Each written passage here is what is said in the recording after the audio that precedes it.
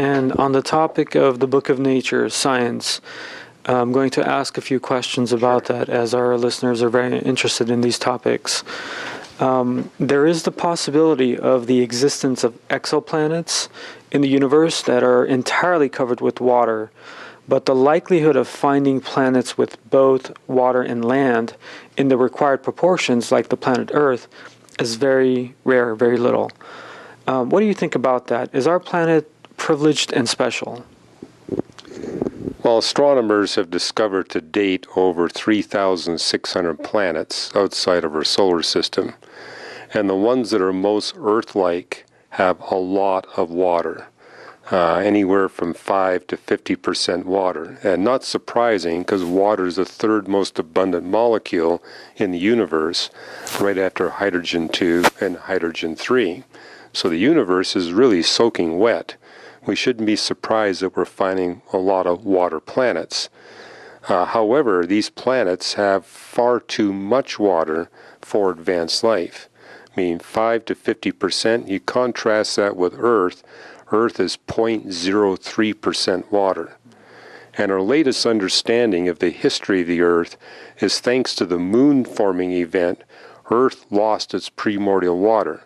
Earth started off just as water-rich as these Earth-like planets were discovering, but it lost its water through a collision event that led to the formation of the moon, and wound up getting a much thinner layer of water.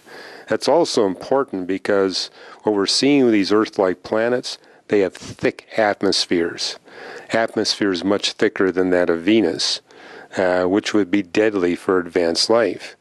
And so what's unique about the Earth is it has a very tiny amount of liquid water and a very thin atmosphere, but it's a big enough rocky planet that it has all the resources that advanced life needs. Or to put it another way, the focus of NASA is follow the water. Liquid water is a fundamental requirement for life, but it's like the only criteria of habitability they're looking at. You know, my latest book, Improbable Planet, I talk about how astronomers have discovered 9 different habitable zones.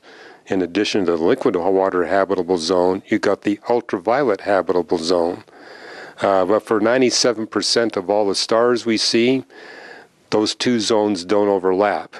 And if they don't overlap, there's no possibility for any kind of life.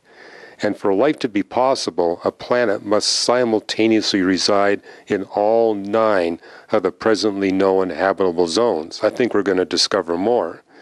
But of these 3,600 planets, only 1 resides simultaneously in all 9 habitable zones, the one you and I are sitting on. It's wonderful. It's fascinating, and that's why we love science and scientists who can give us that information.